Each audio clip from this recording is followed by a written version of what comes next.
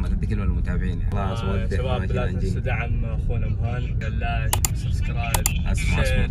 اخونا قاعد يتعب وهذا اول سوداني يغطي في الصين ترى. الدعم ما قصروا معي ابدا. اخونا مسافر فشنو بالتوفيق. مسافرين على نانجين. وفقك يا اخي في حياتك ان شاء الله كذا لاعلى مناصب باذن الله. احنا لنا زياره لك باذن الله. ظبط الامور.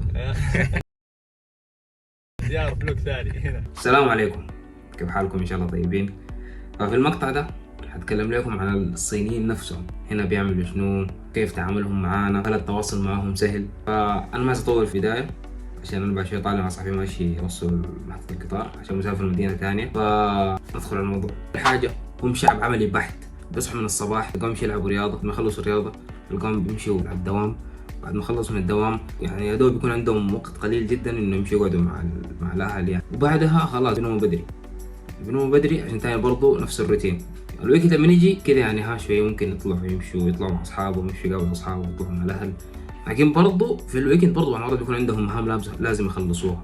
لقيتوا الصينيين هنا ما شاء الله عايشين حياتهم، ما حقول لك يعني انه زينا احنا حياتنا احنا مقلوبه فوق تحت. نوم الفجر، تصحى الظهر ما في رياضه. هم كمان شعب طيب. فمثلا انت لو ماشي في الشارع صادفت لك واحد صيني كده، وفي ناس بيستغرب يعني في لحد الان في ناس بيستغربوا في الصين انه انت من وين جاي، انت كبشره سوداء من وين جاي.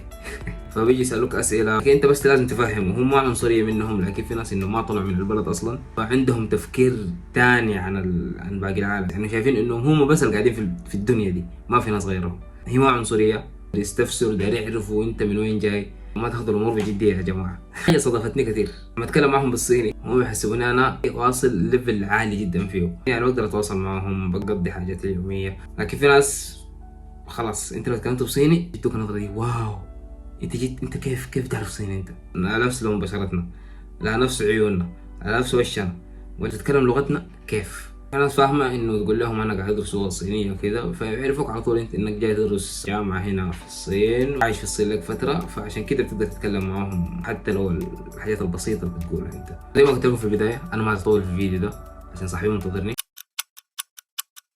ماشي اوصل محطة القطار. ما تنسوا سبسكرايب وفعلوا جرس التنبيهات عشان يوصلكم كل جديد. هصور لكم رحلتي مع صاحبي.